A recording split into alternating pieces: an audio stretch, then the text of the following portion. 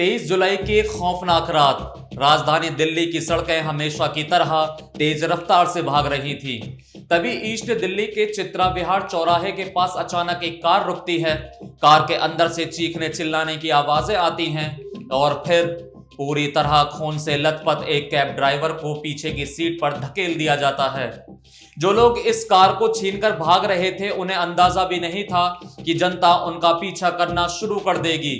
East Azad Nagar metro station के पास हड़बड़ाहट में आरोपी खून से सनी गाड़ी छोड़कर अंधेरे में गायब हो जाते हैं, लेकिन अंदर जो मिलता है वो देखकर पुलिस के भी होश उड़ जाते हैं। आखिर उस रात 40 साल के विजय कुमार के साथ क्या हुआ था?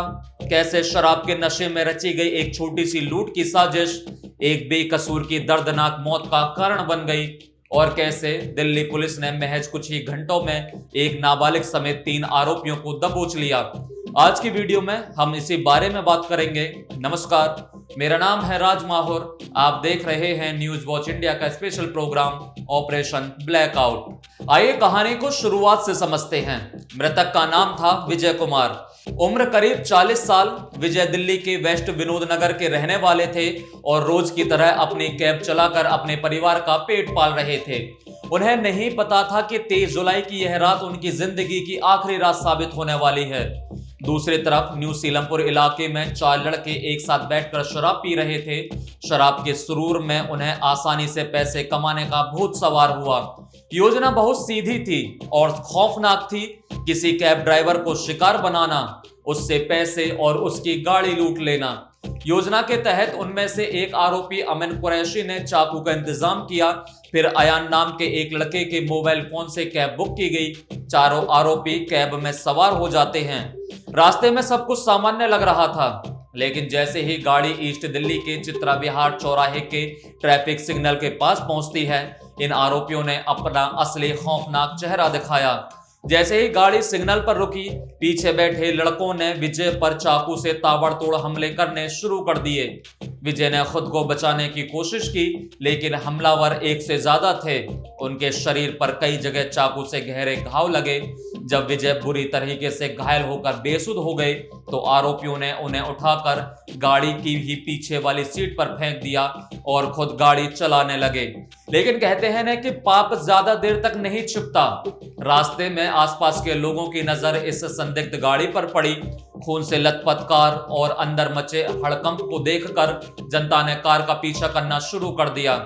जनता को पीछे आते देख आरोपी बुरी तरह घबरा गए। उन्होंने east Azad Nagar metro station के पास गाड़ी रोकी और विजय को उसी खूनी हालत में छोड़कर पैदल ही गलियों में भाग निकले। तुरंत पुलिस को पीसीआर पर कॉल की गई। मौके पर पहुंची पुलिस विजय को फौरन डॉक्टर हेडगेवार अस्पताल ले गई, लेकिन डॉक्टरों ने उसे ब्रॉड डेड घोषित कर दिया। यह एक पूरी तरह से ब्लाइंड मर्डर केस था। पुलिस के पास शुरुआती दौर में ना तो कातिलों का नाम था और ना ही कोई सीधा सुराग। कृष्णानगर थाने और ईस्ट दिल्ली पुलिस की कई टीमों का गठन किया गया। रूट के सैकड़ों कैमरों को खंगाला गया। जिस फोन से कैब बुक की गई थी उसकी लोकेशन और नंबर ट्रेस किया गया। तकनीकी सबूतों के आधार पर पुलिस का शक न्यू सीलमपुर के कुछ आपराधिक छवि वाले लड़कों पर गया। पुलिस ने रेड मारकर 3 आरोपियों को धर दबोचा, जिनमें से एक नाबालिग भी शामिल था। पकड़े गए आरोपियों के नाम अयान। पुलिस के मुताबिक अयान पर पहले से ही डकैती और स्नैचिंग के 4 मुकदमे दर्ज हैं। साहिल, इस पर भी स्नैचिंग का पुराना आपराधिक रिकॉर्ड है। एक नाबालिग साथी जो इस खौफनाक साजिश में बराबर का हिस्सेदार था। चौथा आरोपी अमन, जिसने चाकू का इंतजाम किया था, वो फिलहाल फरार है और पुलिस उसकी तलाश में छापेमारी कर रही है। पुलिस ने आरोपियों के पास से हत्या में इस्तेमाल चाकू, खून से लथपथ कपड़े, मोबाइल फोन और पीड़िता की कार बरामद कर ली है। यह घटना केवल एक हत्या की कहानी नहीं है, यह उस बढ़ते अपराध की भी कहानी है जिसमें आसान पैसों के लालच में अपराधी किसी की जान लेने से भी नहीं हिचकते। कुछ मिनटों की लूट के लिए एक परिवार का सहारा हमेशा के लिए छिन गया। विजय कुमार के घर में अब मातम पसरा है। जिस व्यक्ति ने सुबह घर से निकलते समय अपने परिवार से लौटने का वादा किया होगा, वह कभी वापस नहीं लौटा।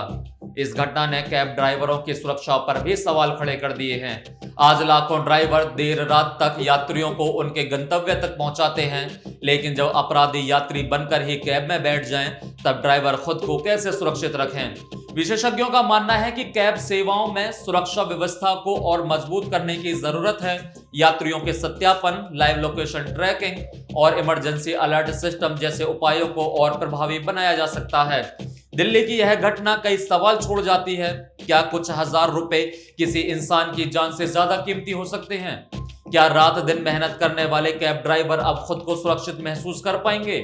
और सबसे बड़ा सवाल, अगर कम उम्र के बच्चे भी अपराध की राह पकड़ रहे हैं तो आखिर समाज किस दिशा में जा रहा है? आप इस पूरे मामले पर क्या सोचते हैं? अपनी राय हमें कमेंट बॉक्स में जरूर बताइए।